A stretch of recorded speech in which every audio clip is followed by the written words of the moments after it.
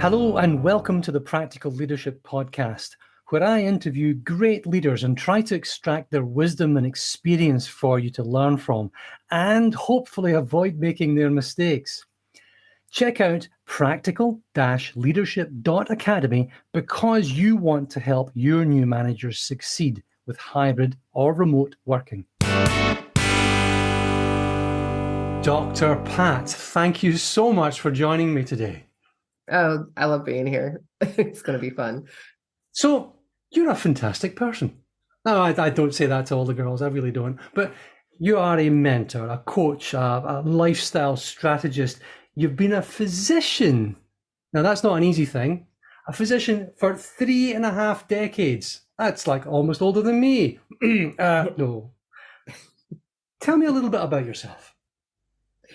Well, I love to help people. I thrive and I like to see people thrive as their ultimate goal. Making massive differences in people's lives matter to me. And one of the reasons why I still do what I do is because besides making those massive difference, it's easy for me, a God-given gift is to be able to synthesize and make things simple so that when people have challenges, I can help them get to their goals safer, quicker, and with more simpler solutions to make sure they stay unstuck and they can reach all the goals that they want to have in their life. So in the context of the things that I like to talk about, and you're here, so, I get to ask the questions. I deeply believe, and I advise everybody that I coach and mentor, that the first person that they have to take care of and pay attention to is themselves. Now, that's both physically and mentally. Mentally, because the person that listens to us most is us. So our self-track, our self-talk has to be positive, it has to be meaningful, and it has to be consistently good for us. It's too easy to be negative. And physically, frankly, if you allow me to misquote the title of your last best-selling book, why am I fat, sick, and lazy? Well, I have to look after myself before I can look after other people. It's going to be physically good, mentally good. Help me out here, Dr. Pat. Well, you have to know your bottom line. And a lot of people don't understand what their bottom line is anymore. And that's that line of, go back to basics. If you ask people what their basics are, they really don't know what basic health is really all about. So that's what, when you're looking at like where to start or like, why am I almost exhausted at 2:00 in the afternoon? Or I feel like I need sugar or something. I crave something sweet at 10:00 and at 4:00. And why do I feel like I need to go down and take a nap, go outside and hug a tree and meditate and get some fresh air is because we don't know what our bottom lines are. We don't know what it takes to truly be healthy and how to acclimate that and, ignite that switch underneath that so that we can do those things that are basic for us consistently so that we get better results. So what are the things that I need to be doing consistently to get those better results before I can reach out and look after the people that I am charged with looking after? Well, I think we had a conversation where I told you that my father always said, you can't nurture somebody else without nurturing yourself first. And you have to be able to, like when you're in an airplane and those yellow things come down for oxygen, they don't tell you to put them on everyone else first as a parent. They tell you to put yours on first. And if someone's struggling, you put them on second.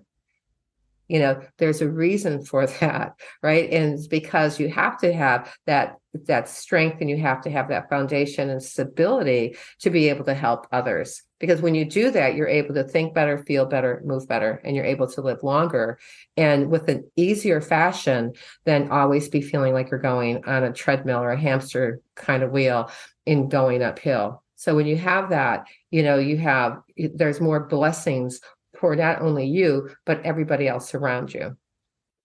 So what are the component parts then that we can break this down to? I mean, I'm looking here for, as I said, we're looking for like a how-to, right? Make this easy for everybody. But where do we start? What are the bits? So you have to understand what health is and what health isn't. So health is being at your peak performance all the time, mind, body, and soul, or spirit, whatever you want to call it. And when you do that, you have to look at, what are the components that I have going for me. You have to have a positive mindset and a positive mental attitude, and you have to couple that with superior wellness initiatives, which for me, when I'm looking at the definition of health that I just said, I'm paring that down to diet, exercise, sleep, proper mental attitude. I'm mentioning that twice because it's so, so important.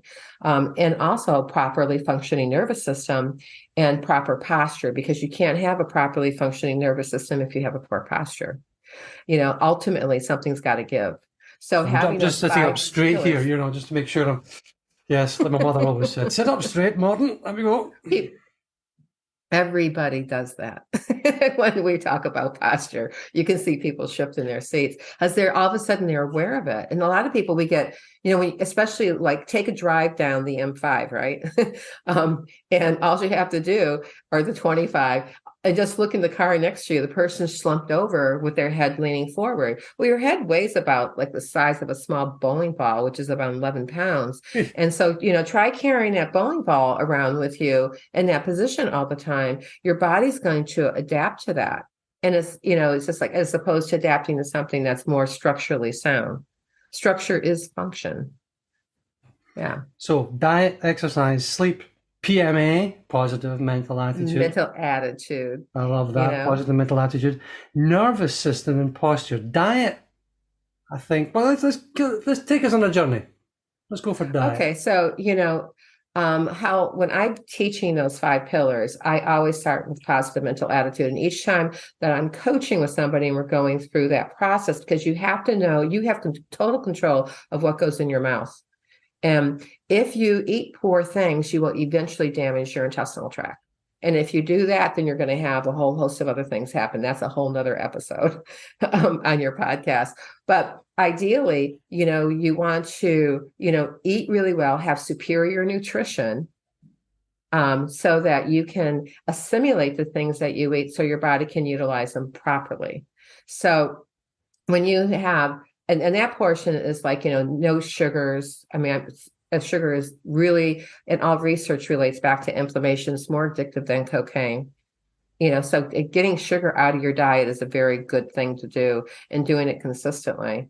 Other things for the diet is just like, hydration. You need hydration for every pillar of the health that I spoke about. Good guy, because it helps detoxify toxins. It helps you sleep better, as long as you're not drinking a liter of water before you go to bed. But some people do that because they're trying to get that number in. And how how much water you drink, and I don't know it in your system, metric system, but it's 50% of your body weight in ounces. So if you weigh 150 pounds, which is around 72 kilos, I think, then you need to have 50% of that, and which would be 75 ounces of water a day. I want to do the maths here. Okay, go ahead. 75 fluid ounces in liters is 2 liters. There you go. Okay. So it helps you, digest your food. It helps you sleep better. It helps you bathe your body so that it has the hydration that it needs. A lot of injuries that people have, physical injuries they have, are because of dehydration. So, and then a lot of people say they don't like water. So what can you do? Drink it with a straw. Put some lemon juice in it from fresh lemon. Simple solutions that you can do so that you can get the amount of water that you need a day for all functions of your body. And then eat really clean. I mean, look at when you eat something and an hour and a half later, you're tired or exhausted, you got to take a look at the food that you ate just in that last meal, so that you'll say, like, what was it that I ate that made me totally wipe me out? And I feel like I have to go home and I didn't need to take a nap, or I have brain fog, like you have brain fog, that type of thing. It all relates, back to diet. So it's a key component, but in order to do the diet correctly and be consistent, you have to have the mindset for it, in order to be successful, and having that mindset and the positive mental attitude about how I'm going to do it. I intermittent fast. I do it for 18 hours at a time.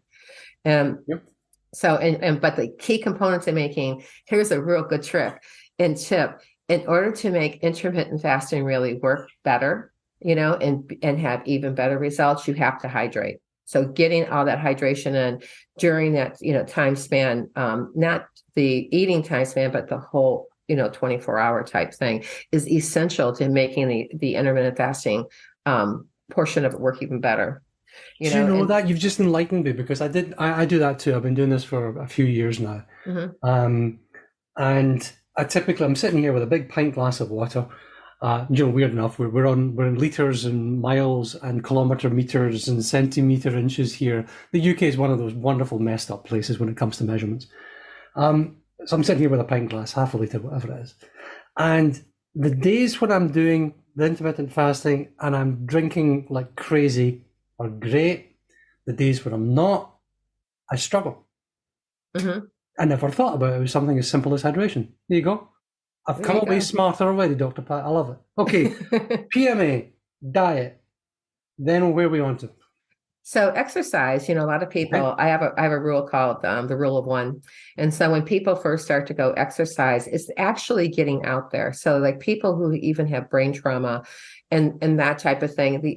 So just getting out and moving and doing one thing, like walking one block, or if you live in a building and you have crappy weather and it's raining all the time, you can take the steps up. You don't have to take the steps if you live on the third floor. You don't have to take steps all the way up to the third floor. Just take them up to the first floor and then get on the elevator.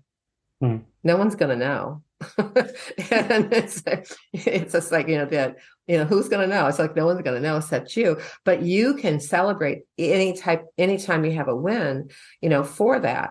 And being able to take care of yourself and having the energy to sustain you through even your toughest day is really important to have. So these tips that we're doing right now they're essential. And they're so simple. The celebration. I love the celebration. There's a guy I think he was a neuroscientist from, forgive me, I can't remember, BJ Fogg, and he was talking about tiny habits and his idea of trying to fit new habits in with old ones and a way of celebrating the micro successes by physically patting yourself in the back, smiling a big cheery smile, yes, and just saying, way to go, Paul, look, you sharpened 3 pencils this morning, yay. Whatever your goal happens to be, you micro celebrate, you do that, and it builds and it builds and it builds and it builds. It does. And a lot of people, we forget to celebrate, our wins on a regular basis. Because sometimes, you're solo. You don't have a boyfriend, you don't have a husband, you don't have, and you're, somebody asked me one time about meeting my friends. I said, they're all around the world. If you want to buy a ticket, I know exactly where we should go first, type of thing. Because when I went to school, a lot of my colleagues are international. They're not, in the United States in my backyard, kind of thing. But, but in doing things in your life, you have to have, that mindset part of it and know which part of your brain is trying to derail you is really important. So back to the PMA part of it, because the exercise, you could just go out and walk. You can walk. My rule is, don't want to exercise, don't have to go to a gym. All you have to do is walk as fast as you can, as far as you can, for as long as you can. That's my solution. Do it once a day, Wonderful. and, and it's simple. So if that means like, taking a walk for 10 minutes around the block, doing the step thing that we talked about before. So when we talk about the brain now, to jumping into that component out of the 5 and that mindset part of it, you've got to know which part of your brain's talking to you. So it's really divided into 3 brains. So there's a primitive brain, which I call the lizard brain. There's the mammalian brain, and there's your conscious brain. So you were born with the primitive brain, and the primitive brain is always trying to save you from something, from the saber-toothed tiger. It's always the one that's going to go like, oh, thinks it's time to get out of here, and the beat hoof. It's for fight. It's for, fornication. It's for all those things that, are basic instinctual things, that also can play against you, especially when you're playing out things that happen to you in your life. Because when you have an event happen, the emotional component of that event is stored in the mammalian brain. And so if it's a bad event, then it's stored there. That's why you say like, oh, I don't date men like, and I don't date those kind of people, it's because I've had so many bad experiences. My brain, my mammalian brain said, that's it. Or I don't want to go into that profession, or I don't want to be a leader. I don't want to lead a segment with my group of management people because I don't feel comfortable in that, because my experience was when I was in college, I gave a talk and everyone laughed. So I don't have, and it's just buried super, super deep in you. So unless you start creating new experiences that are positive and then weigh heavy on those positive experiences, so the other experiences diminish, the mammalian brain is always chatting with the lizard brain, because it's going, oh, don't forget. Keep you safe. Remember Keep that. me safe. Remember that time, and then it also talks with the conscious brain. So when you're in your conscious brain is where you do your affirmations, and you do all those positive like sayings that you have the sticker on the bathroom window. I am James Bond 007, and things like that. I have Jane though, not James, and so. When you're looking at your conscious brain is telling you, I am, I can, I will, I must, and I am awesome.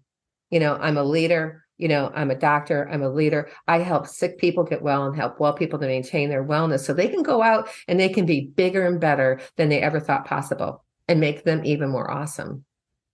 But if I didn't have that conscious brain telling me that, I would have never made it through chiropractic school. Because there are times when I was studying like indoor acupuncture college, and where I studied with herbs and the Chinese medicine at the same time, the Oriental medicine. As in England, you either study one or the other. In the States, you can study both at the same time. And I studied in Mandarin. So my brain was really fried when I finished that course, but be able to relate that to that, it was such an enriching experience that I have another tool I can help support people have even a better foundation, because you have to know what your foundation is. So you studied in Mandarin? I studied formulas in Mandarin. 很好, very good. Very nice. And I was able, because they said you could study in English or you could study in Mandarin. I thought I would like to, learn something. I don't know how good of an idea that was, because there's some things that I understand. I can read it for formulations. But and I know when I see certain words, like, oh, that number means white and also means the number 8. It just depends on how that one word is used in the sentence. It's just like, what does white and 8 have to do with each other? It's nothing, but in the Chinese symbolism, it does, and so that was a big, that big part of it used up a lot of brain power for me at that time. But to stay focused on that, I just thought it was, if I was going to and my reasoning was, if I was going to send somebody with a script to a Chinese pharmacy, I wanted to be able to write it out in pinyin, so the person who was reading it would know what it is, as opposed to doing it the other way around. So we've had positive mental attitude, diet, and exercise. What's next? Sleep. And so sleep is essential. And one of the ways to get good sleep, a lot of people are sleep deprived. It's an epidemic. I think most people are. I don't understand how people can get by in less than 11 hours a night. Well, maybe not 11. I'm kidding. But the average is 7 to 8. For some people, it's 9. But and some people don't. They're up in the middle of the night and they're doing stuff. And it's that light stimulation. It's like the light that I have on for here right now. I would never have that light on after like 9 o'clock at night. And so I'm really conscious about, there's glasses that you can wear during the daytime. Like, in France, they have the shields over the lights that are yellow. They sell glasses that have that same kind of yellow tint, are really good for bright light. And amber ones are really good for night light. So that if you're watching TV, so it doesn't stimulate the body to think it's up, it's early when it's not. And phones. I think phones seem to be a thing. Everybody's got their phones in their bedrooms. They should turn their phone on to off airplane. Yeah. Because it emits electromagnetic radiation, and so I have on my necklace a thing that is an EMF blocker, and I wear it all the time. Hmm. I rarely, only time I don't have this on is that I'm taking a shower. But this is a device, and they also have them for telephones that you can have a sticker on the back. There's an R2 Mhm. that is a sticker that goes on the back of your telephone that blocks electromagnetic radiation because it affects how you sleep in your bedroom, and and also you don't need your telephone on unless you're expecting an emergency, and you can put it on airplane mode in order to shut down that blasting that you're getting right near your head. And also having the room dark. I mean, you want to have a room dark. Some people it doesn't bother them, but a majority of people who have a difficult time sleeping always talk about how dark the room is. And having a bed that supports you so that when you're laying on it, we have curves in our body, and some beds are so hard, you're falling into the bed as opposed to the bed coming up and supporting you. So that is a big thing too. And also looking at the clock. So you turn off the TV, turn off the things that that might be too stimulating for the brain so the brain can function better, like when you're sleeping, because that's when the brain detoxifies. And that's when melatonin is at its highest. It surges when you're going into deep sleep. There's 4 stages of sleep. 1 and 2 is when you kind of think you want to go to sleep, then you're kind of feeling just moment. Everybody, when I explain this to people, I like one moment that you just kind of like you're up and you're still starting to fall asleep, and you can feel your eyes like you're falling into that first higher phase. And the phase 3 is that sleep pattern where it's deep sleep. And that's where you revitalize, you repair, for the next day to be able to hit the ground running. If you get up and go to the bathroom and you have a hard time, going back to sleep, then you haven't got into the right sleep in order to do that. And if you get awoken during the deep phase of sleep, that's when people woke up. You ever take a nap and wake up and going, where the heck am I? That feeling, everyone's done that. And it takes you about a half hour or something like that to get back into mode. It's because you woke up, you slept too long on your nap. Hmm.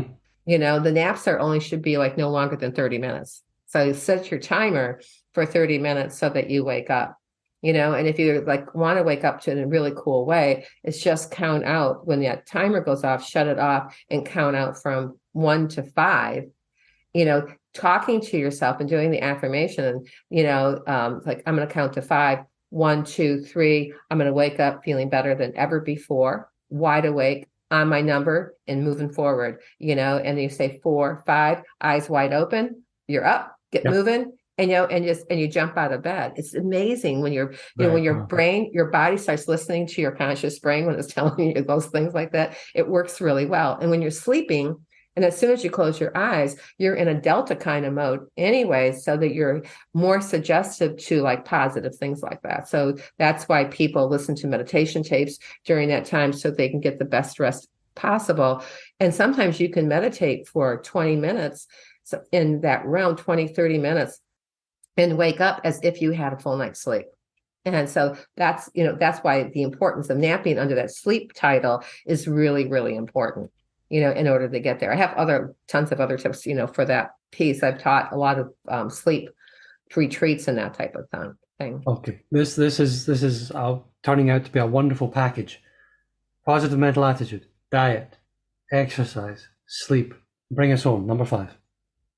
Bring us home on, that structure is function. And, when you have good structure, you'll have good function.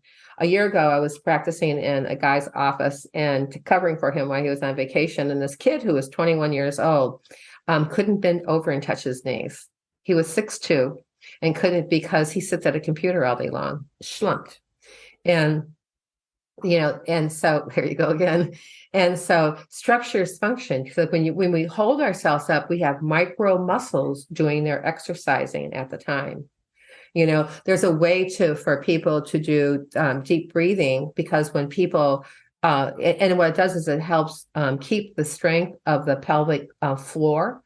And, that's that deep breath in where when you breathe in and deeply, your diaphragm should go down, which activates the muscles around the waistline, which is a natural way to shape your waist. Again, if you're in that intermittent fasting thing, just do 5 or 10 of them a day. It's not hard. And, when you breathe in, push down, hold it, and let it go. That breath is really important. It helps all those. It's the reason why you do two things for endurance and strength and flexibility. Having that core strength is so essential to being healthy and having your organs function as high as possible, because no one ever knows. I mean, part of the definition of health in Webster Merriam Dictionary or Merriam-Webster Dictionary is that health is your organs are functioning 100% of the time, but nobody knows that. But this helps you, make the fluids in your body, that breathing, move up and down and bathe all your organs that need to be bathed. It's just the little things. And structure, I mean, when you look at somebody who, when I was in high school, the nuns used to make us put books on our heads and walk across the room for posture training. Yes. And that's because we needed to learn how to stand up. We need to know that when we backed ourselves up to the wall, that the space between the small of your back and the wall should only be as thick as your hand here. And so that's what it should be. And also people look so much healthier, and they look like they have vitality. They look attractive, and people are attracted to people who have very good posture. How do we who sit at our desks all bloody day, how do we fix our posture, Dr. Pat? How can we train ourselves better? Well, the front of you are flexors, when that's what you're exercising when you're sitting. You're exercising your extensors when you are standing. So you can do things like if you had a desk, if you have a desk. Can't see you on the podcast, but I'm actually doing, go to YouTube and watch the video. All right, so here we go. Okay. So if you have if you're standing up and you take your hands and put them next to you, and then you turn your hands so your thumbs are up behind your back, and pull your hands all the way back up. Pull your arms so no. So your arms are straight, and you just put them up behind you. That way. Yep. Oh, wow. And then you can hold that position and then try to put your thumbs together. Yeah. Yeah, but don't bend your arms. Oh. You're cheating. Oh. Hang on, I'm gonna go that way. So it's and keep your chin up. Always look where you're going. Okay. When you're doing an exercise, always look where you're going. And so I can feel that. Yes, and it's just like it will tone up all the back of your arm. The other thing too is that before you get out of bed in the morning, something that you can do, it takes only seconds to do, is you take your pillow out, you bend your knees up so your feet are flat, but they're close to your butt. And you press your head into the mattress. And you don't press it with your chin down or up. It's just flat head to the mattress, and you'll feel it. And then you slightly turn your head to the right, do the same thing, come back to the center, and then turn to the left and do it. So it's 3 positions: center, right, left, and do 10 of those a day before you get out of bed. Right? But you're going to be pressing your head against the mattress. Yeah, I can visualize that. I sometimes do it at a red light in my car. It's like if I'm traveling, because I'll notice that car thing, like I'm not sitting up straight. The other thing to do, since you're in that position, is get your elbows really tight in towards your waistline, and then do a reverse bridge where you're lifting your butt up off the bed in that reverse bridge position, and hold that for 10 seconds and then do a minimum of 4 of them. And that's with your knees apart. When you get good at it, you can do it with your knees together. But when they're apart, what that does is it triggers your extensor muscles that help you stand up straight. It's a simple, and it also is very good. I have given that out so many times to people who have low back problems. Because a lot of times they're going, oh my God, I'm so stiff in the morning when I'm getting up out of bed. Do that first, and then that stiffness will start to go away, because your core strength around where your spine meets your sacrum is going to start getting stronger with doing that. So those are your extensions, and it triggers out your glutes and your hamstring, because you can't do that pick your butt up part unless you have strong extensors. But it's a great little exercise to do it every day, and then it's like one and done. What was your dad saying? My dad's name is John. No, so it was my son's name. What was his saying? Was it your father's saying? Or if you don't, not my father. If you don't nurture yourself, you can't nurture somebody else. Right. If you don't nurture yourself, you can't nurture anyone else. Positive mental attitude, diet, exercise, sleep, posture. My goodness. It's this 5 pillars of health, and what I help people do is look at where the weakest link is in that. And I help them, correct that. And then we look at, how that mindset affects all aspects of their life so they can reach their greatest goals in less time. And that's what I help executives and entrepreneurs with. So what are you working on right now? Well, I just finished authoring a collaboration and a book that's coming to publish. And it is called Deck of Cards. And my understanding is I am the Jack of Diamonds or the Jack of Hearts in that deck. And what we talk about in there is, the idea of like how to, their tips, and in the book, their tips for business and health to be even better and to get more out of your own personal life and how you contribute that to others. That sounds fantastic. When's it out? They're like finishing up with, I think I need about maybe like 8 or 9 more people, something like that. And then when that's done, they'll come together. So I would probably say maybe in a couple months, could be, I'm not really sure, but it will be coming out. And when I do that, I will certainly post it in the appropriate places. But it was fun to do because, you're thinking that 500 words is because that's what their chapter title is, like right around that. You think that 500 words is like, oh, that'll be easy. It was tough.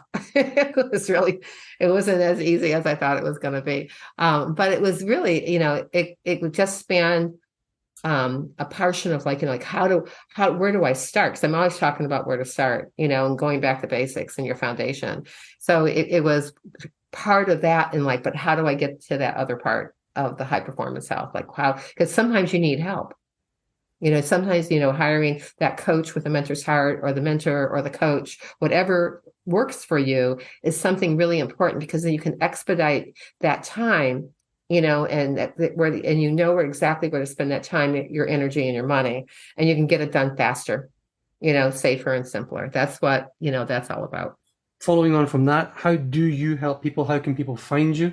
How can we come and knock on your door and say, Dr. Pat, I need you? Dr. Pat, I need you to come to the UK. Yes. We're going to have a retreat. Yeah. So people can find me on LinkedIn under Dr. Pat Boulogne. I have a Facebook page, that's the link at the end of facebook.com is Ask Dr. Pat. But LinkedIn and Instagram are the same. For some reason, Facebook won't let me change that. And so I'm not arguing with them anymore about those kinds of things. But those are 3 ways to specifically find me. And then, also on my website, healthteamnetwork.com, I just published my website. There's still some glyphic, a little bit of glitches here and there in it, but for all intents and purposes, the information's there that people can find out more, be able to reach out to me. On the front page, there's my favorite part of this website is on the front page, there is a microphone. And if you click on that microphone and record your question, it comes to me directly. I love that. That's great. Well, I'm going to put links to all of these things in the notes here. Mm-hmm. On the YouTube and on the podcast and the blog post as well. So you'll be able to find Dr. Pat wherever you want her. Can I ask you one final question as we wrap up? What would you like to thank the young pre-Dr. Pat for doing? Being persistent. Persistence. Mm-hmm. Persistent and inconsistent. Because that's when I've asked people, I had a homework assignment one time and go ask your friends and family, tell them that they don't have to sign in or whatever. Just ask them what their 5 words that they would use to describe you, and one of the words, I always call these your superpowers, right? I'm incredibly trustworthy. I make sense of convoluted and challenging situations for people. I'm persistent and I'm very consistent. And, and I just love to see people thrive, so there's just get a lot of joy from seeing people, succeed and win. Dr. Pat Boulogne, thank you so much for joining me. You're welcome. I loved it. It was such a great time. That's a wrap. Thank you for joining me today. Your homework is to leave your 5-star review, and please, any comments you have, you really help me to improve every day. And it also helps people to discover me online. You should check out practical-leadership.academy, because you want to help your new managers succeed with hybrid or remote working.